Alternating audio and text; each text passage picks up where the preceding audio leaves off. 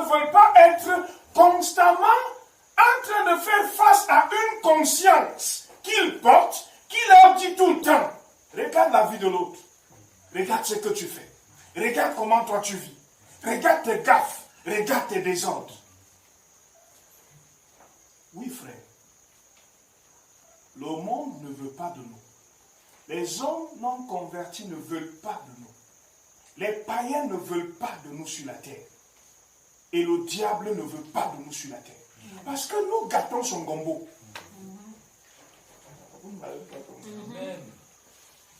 Nous gâtons ses affaires. Nous détruisons ses œuvres. C'est pour ça que quand vous avez prié à la maison, à voix toute basse, il y a quelqu'un qui viendra toquer chez vous pour vous demander pourquoi vous dérangez. Est-ce qu'on se comprend? Frère, écoutez, la haine et l'animosité qu'on a contre vous n'a rien à voir avec la nuisance sonore. Amen. Ce n'est pas le bruit.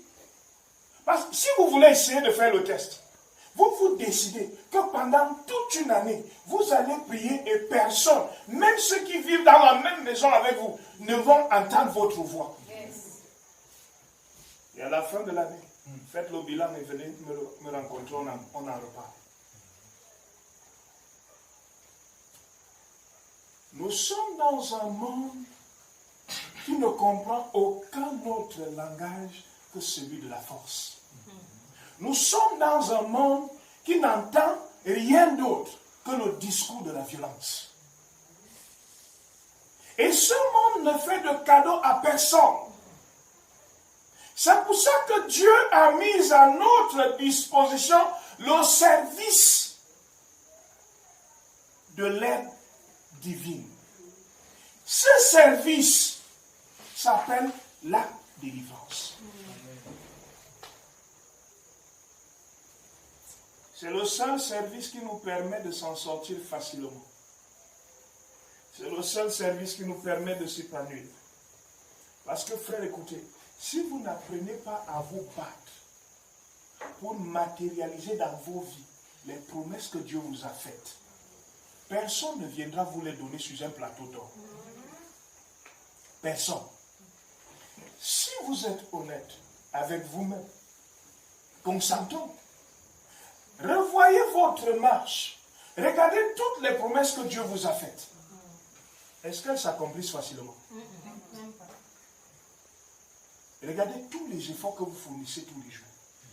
Pour atteindre telle chose ou telle autre chose, vous remplissez toutes les conditions. Est-ce que vous y arrivez?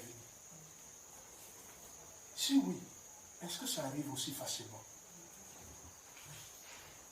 Est-ce que les choses marchent comme sur des roulettes? Pourquoi est-ce que ça ne marche pas comme sur des roulettes? Nous sommes dans un monde physique totalement contrôlé par un monde invisible qui le côtoie. Amen. Ce qu'on appelle le monde spirituel, il est invisible, mais il est aussi réel, aussi vrai, aussi tangible que le monde physique ou visible que nous sommes en train de côtoyer. Et la particularité de ce monde invisible, c'est qu'il s'assure toutes les garanties pour que nous ne puissions pas faire un pas avec facilité. Et il fait de son mieux pour nous rendre la vie misérable. Il fait de son mieux pour s'assurer que quoi que Dieu ait dit sur nos vies, que ces choses ne s'accomplissent jamais, si oui, difficilement. C'est pour ça que vous et moi avons besoin de délivrance. La délivrance nous permet de relâcher tout ce que l'ennemi est en train de bloquer. C'est ce que Daniel a fait pendant 21 jours. Pour que Dieu ait dépêché l'archange Michel pour venir voir ce qui n'allait pas. Et quand Michel arrive, l'ange qui portait la promesse destinée à Daniel dit à Michel, c'est mon combat, ce n'est pas le tien. Tout ce que je te demande, c'est arrête-le pour qu'il ne s'enfuit pas. Donne-moi le soin d'aller livrer le paquet délicat que je ne voulais pas détruire à cause de la bataille. Je viens moi-même régler son compte. La délivrance, c'est faire intervenir l'aide souveraine. dans les difficultés face auxquelles nous sommes. La délivrance, c'est lier l'homme fort et piller tout ce qu'il a dans son magasin ou alors dans ses magasins. La délivrance, c'est expulser les mauvais esprits de la vie des uns et des autres. Qui a besoin de délivrance? Ou en fait, pourquoi a-t-on besoin de délivrance d'abord? Nous avons besoin de délivrance parce que le gars qui est tout à côté, je vais dire celui qui est en face de nous, qu'on appelle le diable, il s'arrange tous les jours de suivre attentivement la une du ciel nous concernant. Vous savez que le ciel a une une? Le ciel a une une. Il y a une parution quotidienne du ciel te concernant. Et le diable suit attentivement tous les communiqués du ciel. Et il œuvre de manière à ce que, dès que le ciel a donné un communiqué te concernant, il suive ce communiqué à la trace.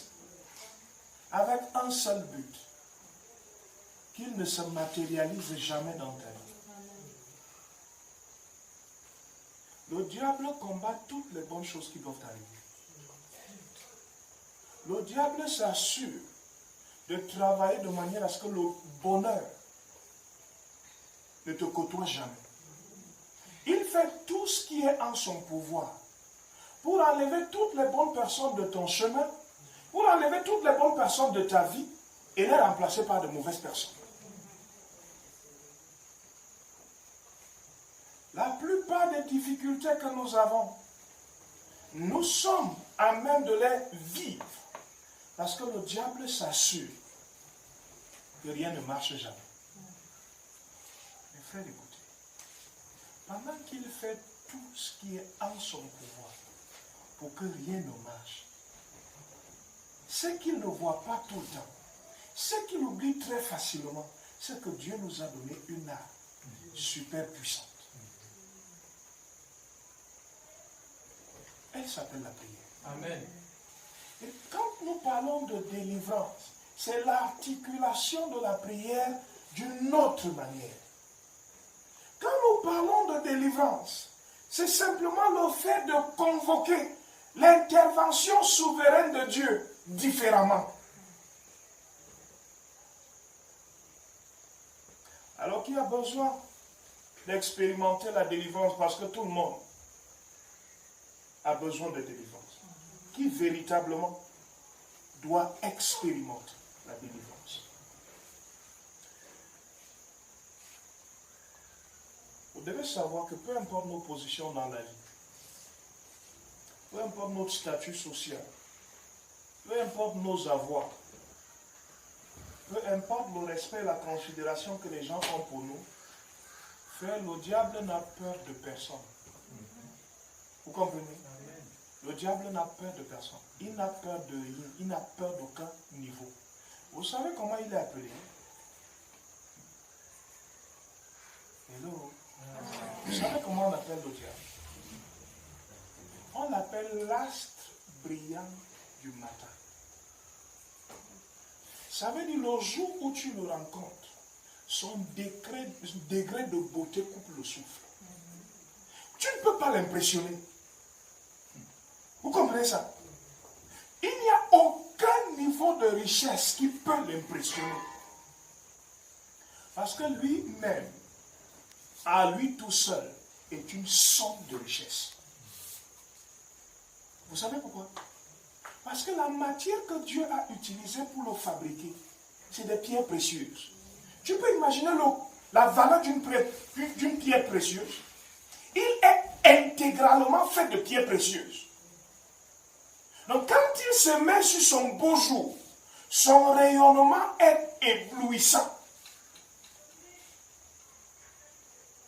C'est pour ça qu'on peut facilement l'adorer. Je vous assure. C'est pour ça que les hommes de tous bords se prosternent facilement devant lui.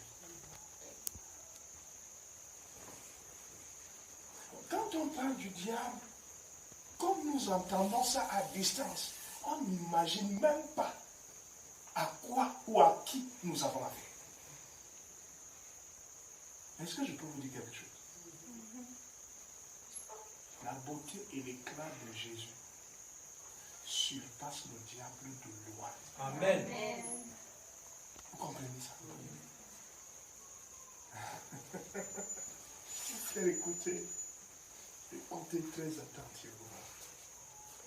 N'oubliez jamais que quand nous avons dit délivrance, nous sommes en train de nous dire les uns aux autres, allez chercher l'aide, allez recevoir le secours du ciel pour l'appliquer à la difficulté face à laquelle vous êtes. C'est ça la délivrance. Maintenant, essayons de voir, de manière un peu plus pratique, comment est-ce que ça fonctionne. Toutes les personnes qui sont sous le pouvoir de la sorcellerie ont besoin de délivrance. Toutes les personnes qui sont sous l'emprise des esprits familiers ont besoin de délivrance. Toutes les personnes qui sont sous l'emprise des esprits des eaux ont besoin de délivrance. Et Dieu seul sait combien il y en a autour de telles personnes.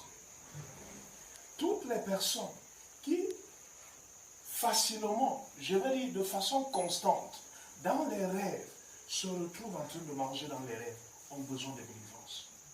Toutes les personnes qui dans les rêves se retrouvent en train de nager dans les eaux ont besoin de délivrance. Toutes les personnes qui dans les rêves se retrouvent en train d'être pourchassées ou poursuivies par les animaux ont besoin de délivrance. Toutes les personnes qui dans les rêves se retrouvent toujours en train d'échouer au seuil de la réussite ont besoin de délivrance. Toutes les personnes qui se retrouvent en train de mendier dans les rêves ont besoin de délivrance. Toutes les personnes qui se retrouvent en train de voir toujours les corps, les cadavres, ont besoin de délivrance. Toutes les personnes qui se retrouvent nues dans leurs rêves ont besoin de délivrance. Toutes les personnes qui se voient tout le temps être attaquées dans les rêves ont besoin de délivrance. Toutes les personnes qui ont eu, d'une manière ou d'une autre, à prendre part aux activités religieuses non croyantes ou non chrétiennes, ont besoin de délivrance. Toutes les personnes qui se sont retrouvées dans l'occultisme ou dans les sectes chrétiennes, parce qu'il y en a des sectes chrétiennes. D'accord? Toutes ces personnes ont besoin de délivrance. Tous ceux et celles qui, à un moment de leur vie, se sont retrouvés ayant pratiqué n'importe quel art martial, a besoin de délivrance. Parce que les arts martiaux, pour ceux qui ne le savent pas, sont une religion. Et derrière chaque art martial, il y a une entité démoniaque. Et tout ce qui se pratique dans les arts martiaux, ce sont des formules de prière. C'est pour cela qu'à un certain niveau dans la pratique de cette religion, ou alors de ces arts, quelqu'un qui atteint un certain seuil peut te battre sans te toucher. Vous savez pourquoi? À ce niveau-là, c'est les démons qui combattent à sa place. On va nous présenter ça comme étant inoffensif. Ce n'est pas vrai. Toutes les personnes qui ont eu à se faire des tatouages au corps ont besoin de délivrance. Parce que les tatouages sont un moyen de possession démoniaque. Ça fait bizarre que même dans la foi, on se retrouve à continuer de faire les mêmes choses. Toutes les personnes qui ont des problèmes sexuels ont besoin de délivrance.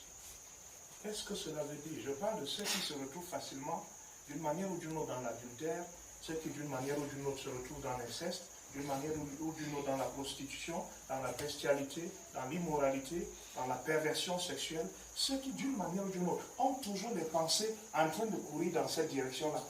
Toutes ces personnes ont besoin de délivrance, même si vous avez 1000 ans à l'église. Toutes les personnes qui ont des rapports dans les rêves ont besoin de délivrance. Qu'on ne vous trompe jamais. La plupart des choses qui se passent dans les rêves sont réelles.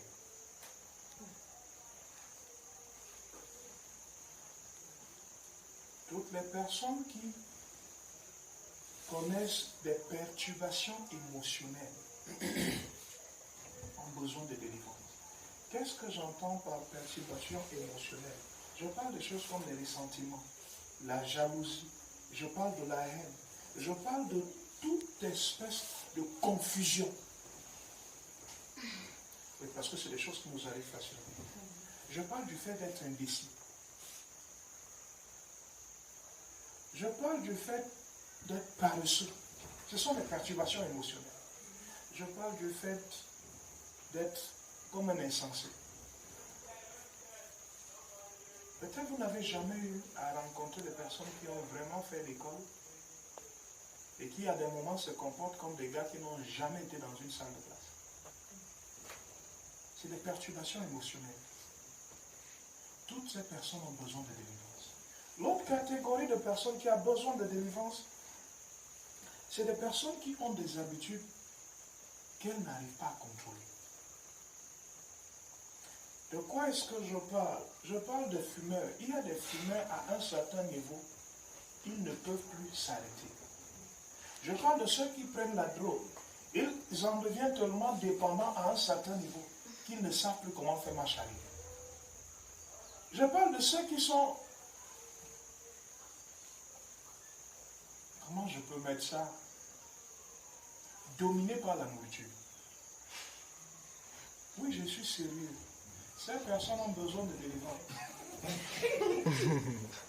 Écoutez, il y a des personnes qui n'ont jamais rien réalisé, n'ont jamais investi sur quoi que ce soit, mais si on vous donne la quantité d'argent qu'ils mettent dans la nourriture, vous n'allez pas croire. C'est pourtant vrai. C'est des œuvres démoniaques. Vous n'avez jamais entendu parler des gens qui se battent pour la nourriture? Oui. Vous pensez que c'est naturel, c'est normal? D'accord. Je disais que ces personnes ont besoin de délivrance. Je parle de personnes qui boivent et la boisson devient comme la raison d'être. Ces personnes-là ont besoin de délivrance. Je suis en train de parler de personnes qui ont une langue contaminée. Si vous rencontrez un homme, une femme qui a une langue contaminée, elle a besoin de délivrance. Tout peut réussir tant qu'il n'a pas ouvert sa bouche. Dès qu'il ouvre sa bouche, le coin est gâté. Si vous rencontrez une telle personne, si vous connaissez une telle personne, elle a besoin de délivrance. Mais voici quelques manifestations de langue contaminée. Mouchardage, les mensonges, c'est des personnes qui savent exagérer les faits. Vous n'avez jamais rencontré. Pour eux, c'est facile d'exagérer les faits. Elles ont l'art de créer dans ce sens-là. Les personnes qui bavardent beaucoup, les personnes qui n'ont cesse que de critiquer, ces personnes-là ont besoin de délivrance. Il y a des personnes à qui vous ne devez jamais raconter votre projet. Parce que si elle met sa bouche dedans, le projet là est mort. De telles personnes ont besoin de délivrance. Il y a une catégorie de personnes qui ont des maladies que même le diagnostic médical ne trouve jamais. Et qu'on ne soigne pas dans les hôpitaux. Aucun hôpital ne peut les traiter. Parce que déjà, tous les équipements des hôpitaux ne voient rien. Ou alors, aujourd'hui on a vu telle chose, demain on a vu telle autre chose, le lendemain ou le surlendemain on a vu telle autre chose. Faites écouter, ces personnes-là ont besoin de délivrance. L'autre catégorie de personnes qui ont besoin de délivrance, c'est des personnes qui sont dans un état de confusion religieuse.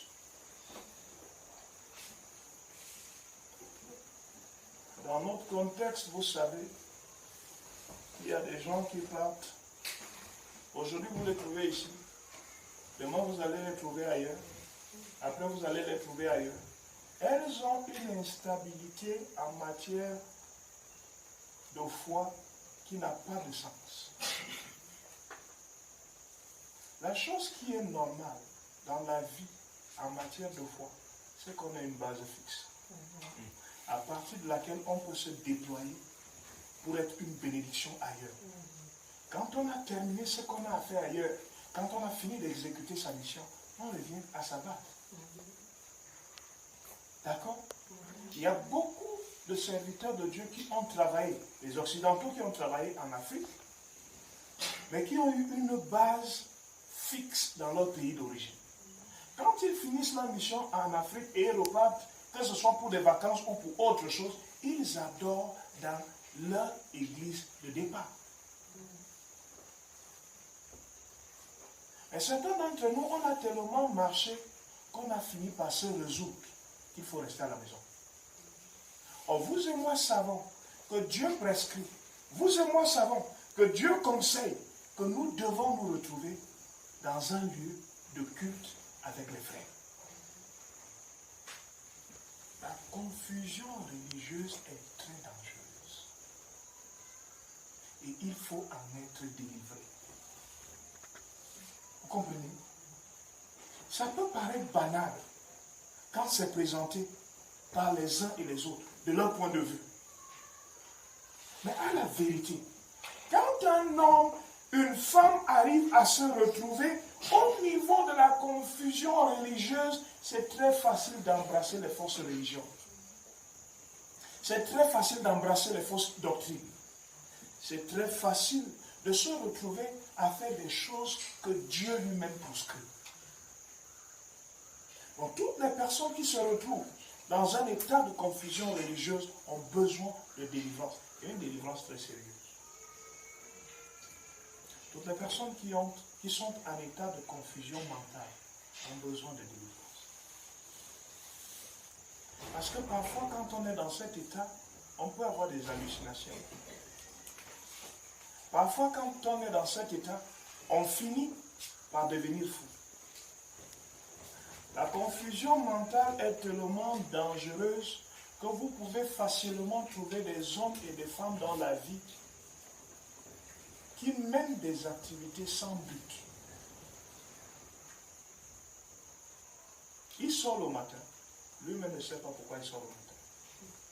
Il fait une foule de choses en journée, il ne peut pas te dire pourquoi il fait ces choses-là. C'est à cause de l'état de confusion mentale. Et ces personnes qui vivent ce genre de choses ont besoin de délivrance. L'autre personne, la catégorie de personnes qui ont besoin de délivrance, c'est ceux qui opèrent sous les malédictions.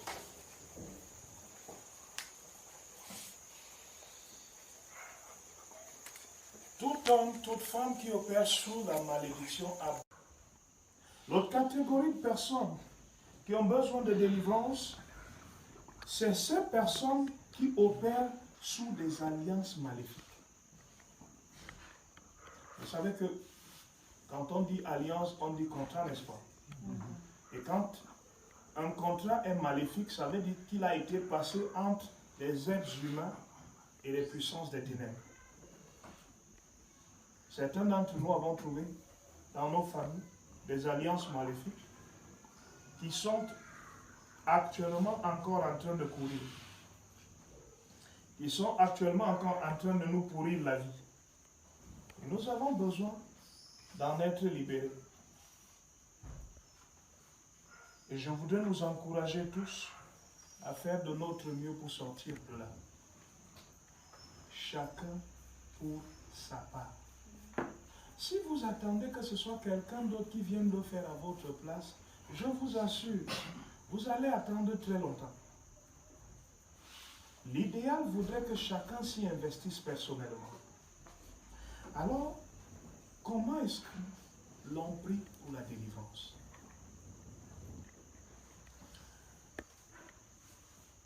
Je voudrais que chacun de nous sache que la délivrance n'a pas une formule standard.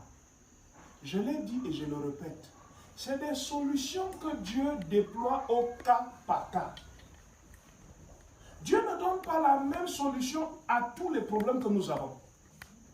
Est-ce qu'on se comprend? Amen. Dieu envoie la solution en fonction de la difficulté. C'est pour cela qu'en matière de délivrance, il n'y a pas de formule standard. Vous et moi devons le savoir. Quand on parle de délivrance, frère, écoutez, il y a de toutes petites choses qu'il faut savoir et nous devons faire l'effort d'appliquer ces toutes petites choses-là. L'une des toutes premières choses à faire, c'est de se rassurer d'avoir fait l'expérience de la nouvelle naissance. Chacun de nous doit être sûr d'être un enfant de Dieu authentique. Tu es né de nouveau, tu le sais, sans l'ombre d'un doute. Et ton engagement a du prix à tes yeux. La deuxième petite chose à savoir, c'est que nous devons être capables dans notre marche au quotidien, dans la suite de notre formation, de détecter les locataires maléfiques dans nos vies, les locataires maléfiques dans notre entourage. On doit être capable de les détecter. Vous savez, j'étais quelque part un jour, et puis après avoir prêché, je suis rentré le même jour. Parce que, apparemment, la prédication que j'ai faite ce jour-là était une espèce d'attaque contre quelques-uns. Alors, quand je suis rentré, on a fini de faire ce qu'on avait à faire, on a prié, et puis chacun est allé à ses occupations. Moi, j'avais plein d'autres choses à faire. Et puis, je me suis rendu compte, à un moment de la nuit, que j'avais très mal au pied. J'avais une douleur aiguë au niveau de ma plante des pieds. Et il me souvient m'être réveillé en me rendant compte que j'étais en train d'essayer d'aider les gens. Alors je suis allé dans la salle d'eau. Quand je suis ressorti de la salle d'eau, je suis entré directement dans le combat. Et au bout de quelques minutes, la douleur a commencé à baisser. Et au bout d'un certain temps, elle a complètement disparu. Je pouvais facilement poser mon pied au sol, ou même le sol, sans plus rien ressentir. Frère, écoutez, chaque fois qu'il y a un mauvais locataire, si vous ne connaissez pas le détecter, vous irez chercher une solution là où elle ne se trouve pas. Et parfois, le temps de commencer à chercher la solution, le mauvais locataire a eu le temps de vous compliquer la vie. Quand vous vous réveillez à certains moments, ou alors, ça peut même être en journée, vous êtes en train de marcher, et vous sentez une douleur, bizarre vous transpercer, peu importe la partie de votre corps qui est atteinte. Si vous ne faites pas attention, je vais dire, si vous ne repoussez pas cette attaque tout de suite, vous allez payer les pots cassés.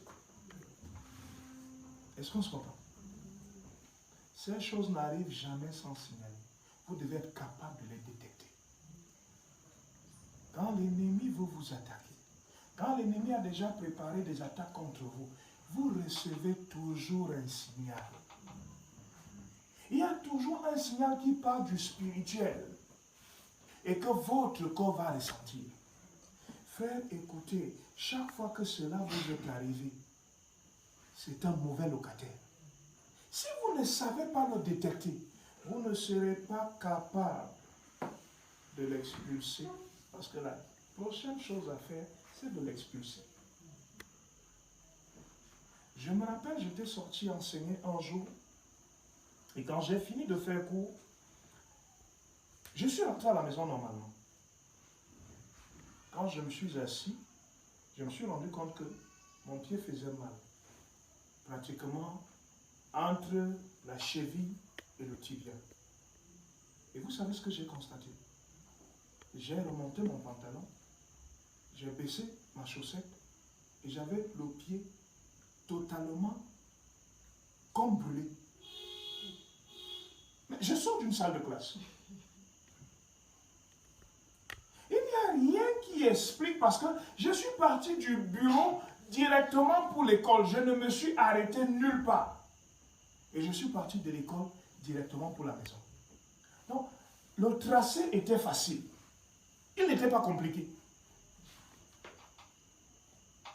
J'ai posé la main sur mon pied et j'ai repoussé l'attaque. Dans les secondes qui suivaient, tout a disparu. Frère, écoutez, si vous ne connaissez pas détecter, vous n'allez pas repousser. Et si vous ne repoussez pas, vous lui donnez le temps de gagner du terrain. Et s'il arrive à avoir suffisamment du temps, vous ne pouvez pas imaginer tous les dégâts qu'il peut faire dans votre vie. D'autres toutes petites choses à savoir. C'est chaque fois que vous avez repoussé une attaque, enlevez les dépôts que l'ennemi a laissés dans votre vie ou dans votre environnement. Quand vous les avez enlevés, remplacez tout ce qui a été détruit par ce qui doit être à la place. L'autre petite chose que nous devons faire,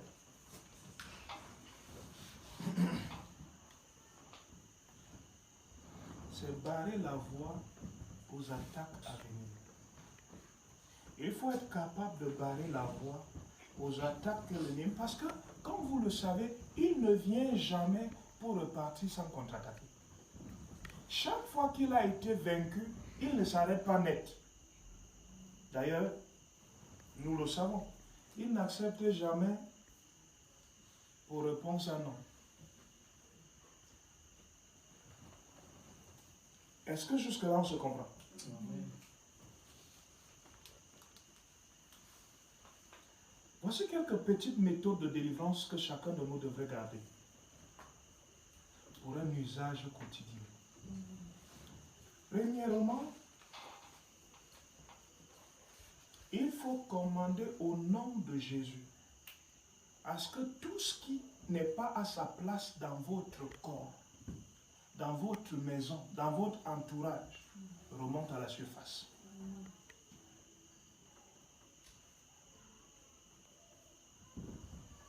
Et cela se fait en utilisant des prières, la louange, la parole de Dieu et l'huile d'onction.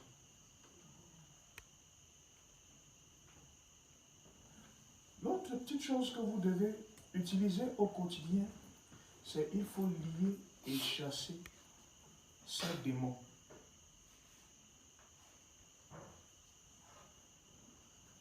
En les interdisant de parler, de se regrouper ou de devenir violents.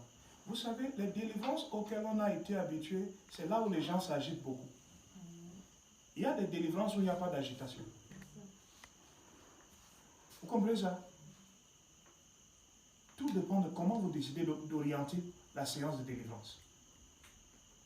Quand vous prenez autorité pour les lier et les chasser, il faut les interdire de parler. Il faut les interdire de se mobiliser, de se regrouper, de se renforcer et de contre-attaquer. Vous avez le pouvoir de le faire. Et ce pouvoir, Dieu l'a concentré dans votre bouche. Tant que vous gardez votre bouche fermée, il n'y aura jamais rien. Ouvrez, osez ouvrir vos bouches. Et vous serez les premiers surpris de voir ce que vos yeux vont voir. L'autre petite chose à faire, c'est détruire tous les objets qui appartiennent au royaume des ténèbres quand vous arrivez à les rencontrer autour de vous. Certaines personnes ont pratiqué la magie. Ces documents, ces outils doivent être détruits. Si vous ne les détruisez pas, certains d'entre nous ont eu à être soit chez les marabouts ou nos parents ont été chez les marabouts et ont ramené des choses. Si vous les avez encore, il faut les détruire. C'est les portes d'entrée. L'autre chose, c'est confesser tout ce qu'on a fait, même dans l'ignorance, qui a abouti par des possessions.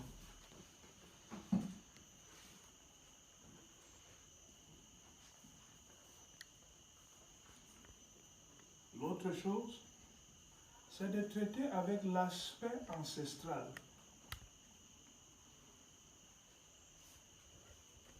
Il nous souvient que dans la lignée d'Abraham, le père a menti, le fils a menti.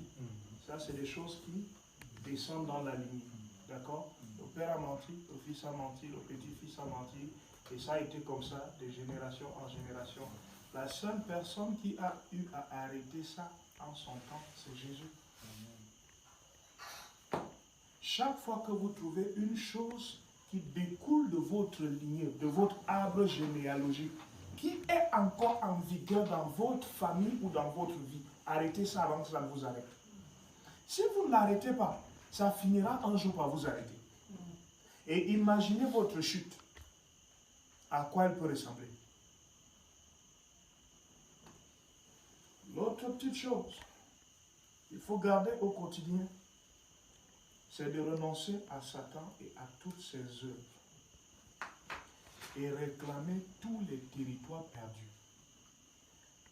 Quand je dis territoire, ne regardez pas seulement la terre. Les territoires peuvent être vos finances. Les territoires peuvent être votre bonheur, votre paix, votre quiétude, votre tranquillité, votre foyer, votre vie conjugale. Est-ce qu'on se comprend? Il faut les réclamer.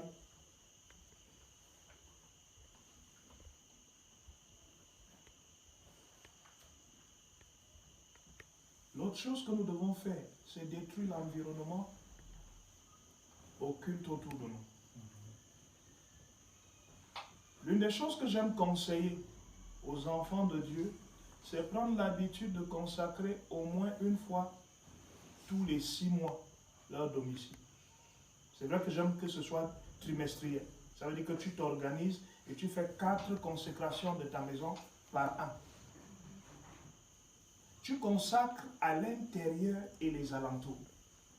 Si tu as la possibilité, dans le processus de consécration, d'oindre la maison, fais-le. Ça restreint les avantages que l'ennemi a et ça nettoie l'environnement. Il faut toujours s'assurer de repousser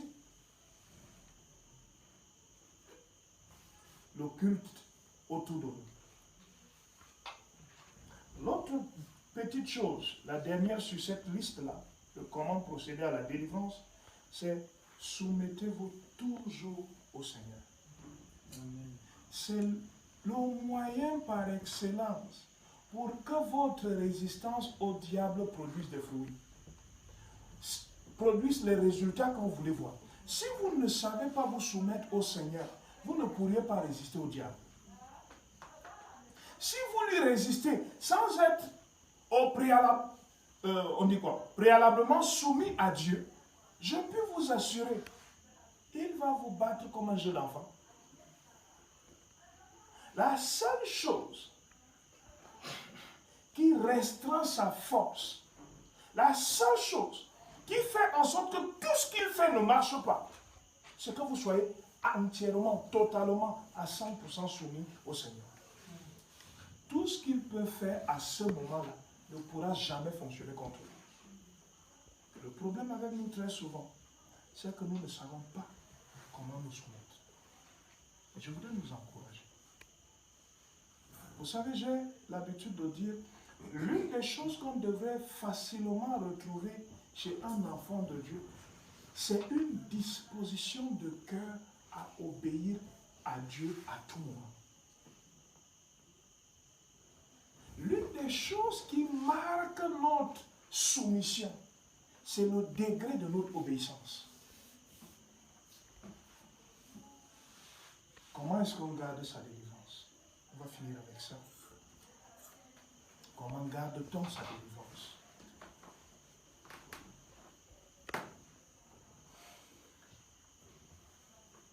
Première chose, fais de Jésus le Seigneur absolu de ta vie.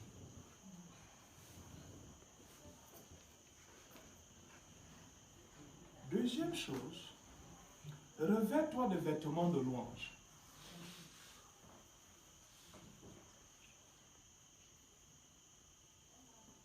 Comme vous le savez, la louange fait descendre la présence de Dieu.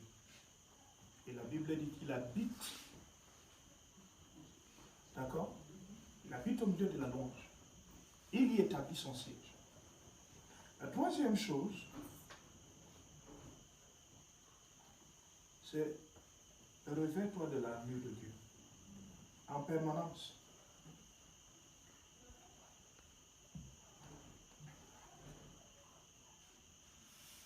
La quatrième chose,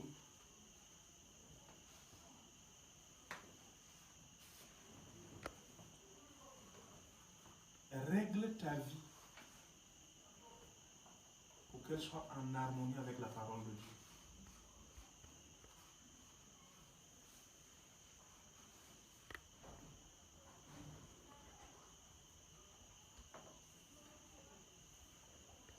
La cinquième chose, je vais revenir dessus parce que je l'ai dit tout à l'heure, soumets-toi à Dieu et puis résiste à l'ennemi. La sixième chose,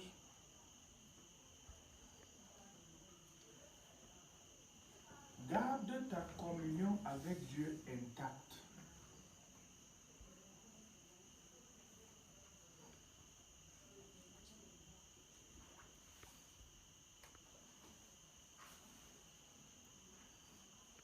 La septième chose, c'est aie une vie disciplinée.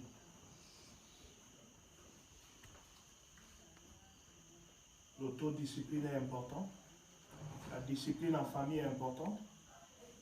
La discipline à suivre les règles établies par le gouvernement est importante. La discipline à l'école pour ceux qui fréquentent. La discipline à l'église pour nous qui fréquentons l'église. Donc, à tous les niveaux, nous devons avoir une vie disciplinée. Parce que comme vous le savez, le désordre, je veux dire l'indiscipline, est synonyme de saleté. Est-ce qu'on se comprend?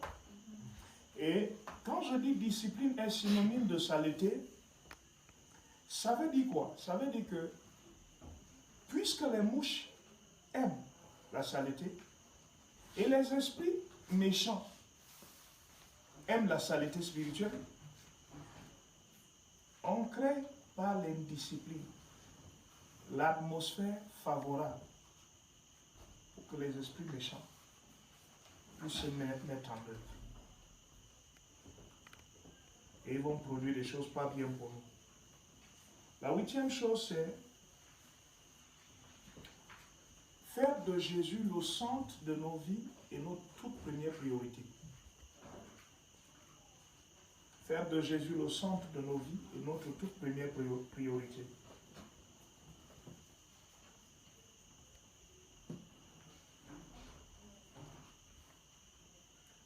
La neuvième chose, c'est céder toutes les petites parcelles de ta vie au Seigneur. Céder toutes les petites parcelles de ta vie au Seigneur. La dixième chose, c'est cultiver l'habitude de prier en esprit. D'accord? Il faut cultiver l'habitude de prier en esprit. Faites écouter. La Bible dit que celui qui parle en langue fait quoi? S'édifie lui-même. On est d'accord, n'est-ce pas? Maintenant, l'autre chose que très souvent nous ne voyons pas, c'est que plus nous passons le temps à parler en langue, plus nous grandissons dans les dons spirituels. Si vous êtes très attentif en regardant votre propre vie, vous allez vous rendre compte que les langues que vous aviez commencé à parler au tout début de votre baptême dans l'esprit, ce n'est plus les mêmes aujourd'hui. Il y a eu un changement. Oui, dans les dons spirituels, on grandit, on devient mature. En plus nous les utilisons, plus il est facile pour nous d'accentuer notre maturation ou encore notre maturité. Et je voudrais vous encourager. C'est un outil qui nous permet de garder notre délivrance. Amen. Alors, autant que faire se peut, c'est une chose qu'on devait utiliser aussi fréquemment que possible quand nous allons rencontrer Dieu seul à seul. L'obligation d'utiliser une autre langue, véritablement, c'est quand on est à deux ou à partir de deux. Mais quand on est seul à seul, tu peux prier en langue du moment où tu es entré jusqu'à ce que tu termines le moment de ta rencontre avec lui. Amen. Ça ne pose jamais de problème. Amen. Parce que pendant que tu seras en train de parler et dire de mystère, tu seras dans le même temps en train de te bâtir, en train de te développer. Donc régulièrement, je veux dire aussi longtemps que possible, autant que faire se peut, chaque fois que vous en avez l'occasion de pouvoir parler, ou en fait je veux dire prier en esprit, faites-le. Ne vous retenez pas, faites-le seulement. La 11e chose, évitez de vous laisser influencer par de mauvaises compagnies. Évitez de vous laisser influencer par de mauvaises compagnies. Parce que quand cette mauvaise influence entre dans votre vie, vous perdez beaucoup de choses, et très facilement. La 12e chose, c'est faites de votre mieux pour que la chair n'ait plus jamais son mot à dire dans votre vie. Tuez ses élans, tuez ses ardeurs, tuez ses ambitions, tuez ses passions, tuez aussi ses convoitises. Est-ce qu'on se comprend? Amen. La 13e chose, on est en train de tirer vers la fin, c'est donner à Dieu votre obéissance à 100%. Donnez à Dieu votre obéissance à 100%. Vous savez que la chose qui a fait en sorte que Saül perde la royauté, quoique choisi par Dieu, c'était la désobéissance, n'est-ce pas? Ça ne nous coûte rien de tout perdre, juste un peu de désobéissance, et on a tout perdu. Saül a perdu la royauté, sa postérité a été destituée. Parce qu'en temps normal, la royauté se passe de père en fils. Le père l'a perdu et sa postérité a été destituée. Pour un seul acte de désobéissance. Un seul, pas deux. Donc, la désobéissance est très coûteuse. Permettons que Dieu ait notre obéissance à 100%. La 14e chose que je voudrais que nous puissions tenir visiblement devant nous, en visuel, pour maintenir notre délivrance, c'est bâtissons une confiance forte en Dieu. Ayons en Dieu un niveau de confiance que rien ne peut arrêter.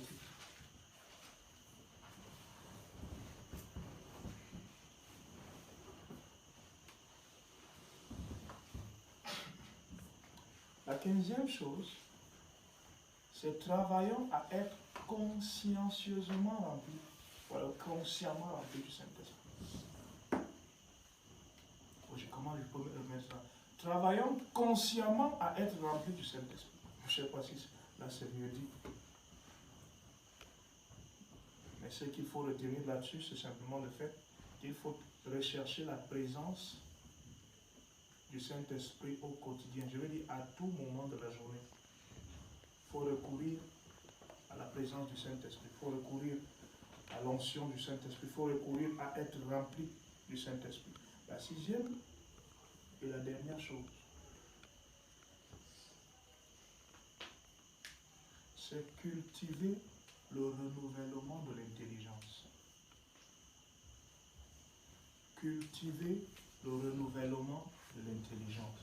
Il faut remplacer nos vieux courants de pensée par de nouveaux issus de la parole de Dieu.